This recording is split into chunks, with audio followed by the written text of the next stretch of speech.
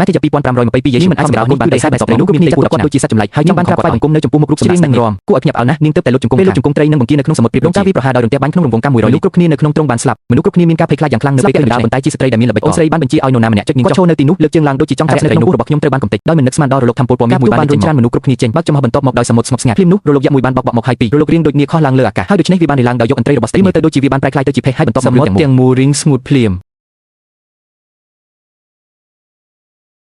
ទោះជាយ៉ាងណាក៏ដោយអូនស្រីដ៏មានល្បិចកលរបស់ខ្ញុំប៉ុន្តែនាងនៅតែខ្វះទំនុកចិត្តហើយបន្ទាប់មកមាននរណាម្នាក់បានយកគីយ៉ូទីនមកចង់ចាក់ពូស្ត្រីម្នាក់ឲ្យបែកចូលយើងមើលថាតើសត្វចម្លែកប្រភេទណានៅខាងស្ត្រីរូបនោះហៀបនឹងកាត់វាជាពាក់កណ្ដាលគួរឲ្យភ្ញាក់ផ្អើលណាស់នៅពេលនេះពូរបស់ស្រីក្នុងផ្ទៃដើម្បីជួយសង្គ្រោះម្ដាយសម្លាញ់ឲ្យអ្នកមិនដឹងថាអ្នកមិនទាន់ការអភិវឌ្ឍនិងភាពចាស់ទុំយ៉ាងសកម្មនឹងដំបូងកាត់មកក្នុងលោក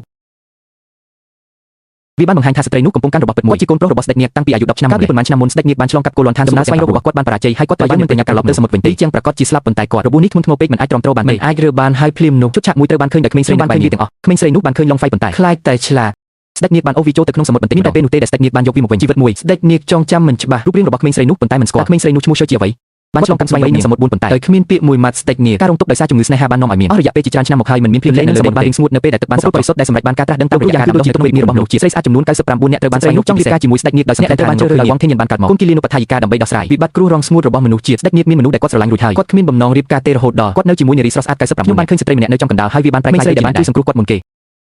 ស្ដេចនាគមានសេចក្តីរីករាយជាខ្លាំងគាត់ប្រញាប់ទៅរកក្មេងស្រីនោះហើយក្នុងពេលជាមួយគ្នានោះស្ត្រីនោះម្ដាយចុងរបស់កុមារបានជួបក្មេងស្រីនោះហើយបានជ្រើសរើសដោយស្ដេចណាក់ទេហើយនាងនៅបាត់បង់ប្រយោជន៍របស់វាត្រូវបានគេដាក់ដោយក្មេងស្រីនោះបានប្រគល់វាទៅឲ្យព្រះហើយដើម្បីធ្វើរឿងនេះវាកាន់តែងាយស្រួលសម្រាប់មន្ត្រីរាជការបន្ទាប់ពីទទួលបានជោគជ័យពួកគេថែមទាំងបានមានរបងស្រីដែលអាចធ្វើឲ្យស្ទើរតែពេលដែលឪពុកក្មេងភាពនឹងទទួលបានជោគជ័យល្អស្ដេចនាគបានមកដល់ទាន់ពេលវេលាពេលមកដល់គាត់បានទះកំភ្លៀងលីកង្ហាររបស់មន្ត្រីបានបញ្ជូនស្ដេចនាគឲ្យហោះខ្ញុំពិតជារីករាយណាស់ដែលបានជួបក្មេងស្រីនោះទូស្គាល់ប៉ុន្តែភ្លាមនោះនៅពេលនេះក្មេងស្រីនោះតែមានប្រសិទ្ធភាពដូច្នេះអ្នកទាំងពីរដែលឲ្យតម្លៃគ្នាទៅវិញទៅមកយើងមានយប់ដ៏រីករាយមួយព្រឹកមួយស្ដេចនាគ